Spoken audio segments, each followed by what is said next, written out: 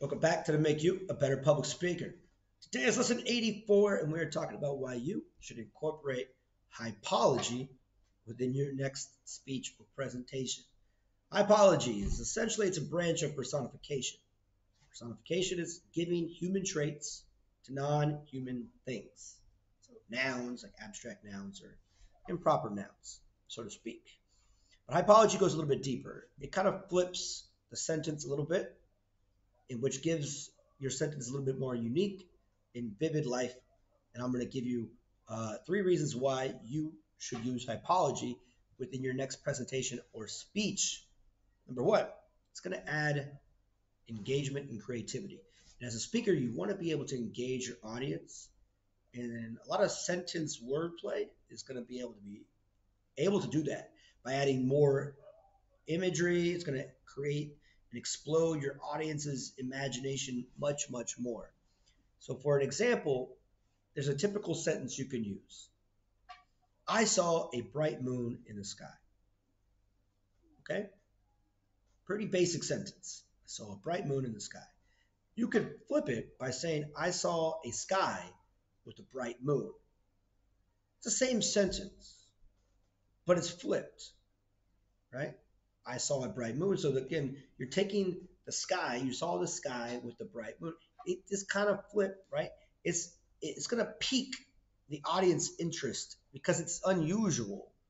It's not the normal way of saying it. And normal in general is boring. If you say it normally, it's just going to go past. But if you flip it, I saw the sky with the bright moon.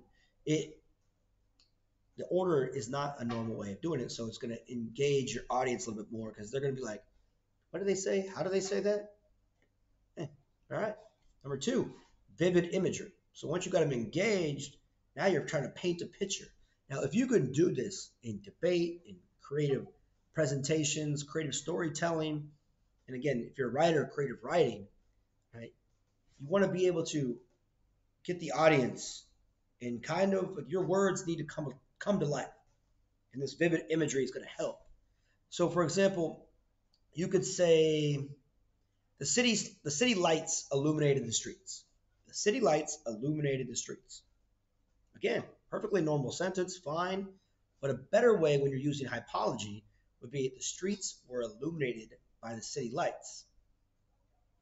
So this adds a little bit more picture where you talk about the streets. That's your main topic. The streets are what you're trying to talk about. But then now the streets get their focus on that and they were illuminated. So the word illuminated instead of just lit adds that imagery as well, brighter. And again, it makes the audience experience the story and the concept, making it more relatable and more memorable. When you're adding imagery, they can see it, which makes it relatable. All right. Next, number three, emphasize and a rhetorical effect. Again, a lot of rhetorical devices and emphasis is really important. So when you're trying to emphasize specific details or emotions, the rhetorical punch in the speech, right? You're trying to get the audience to like, oh, have that aha moment, to make that emphasis on certain points. For example, you could say, if you said he wore a suit of armor, again, the man is wearing or the woman's wearing a suit of armor. You could say it like this: a suit of armor he wore. A suit of armor he wore.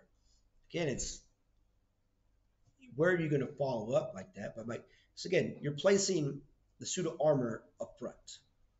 That's the most important thing. Because again, in presentations, the first and last thing are the most important. The middle part isn't. So when you put the emphasis on the suit of armor, people are going to focus on that. Who cares if he wore it, but what is the suit of armor about? What's the detail about? Right? So this can build that intrigue. The suit of armor he wore. Now you're hoping they explain what the suit of armor is instead of talking about the man. You're going to talk about the suit of armor. So again, the emphasis is on the suit of armor. It's all about context.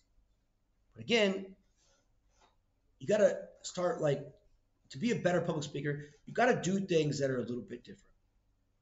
And sentence structure, sentence play is crucial. Because when you get up on stage, every single word you say has to matter. Every little thing matters. So the way you write and speak a sentence is for a reason. So hypology is just a different level of personification, and there's a reason why you do it. And again, some of those three reasons: engagement and creativity, vivid imagery, and emphasis, and a rhetorical effect. So go out there, use a little hypology in your next speech and presentation, become a better public speaker. See you next time.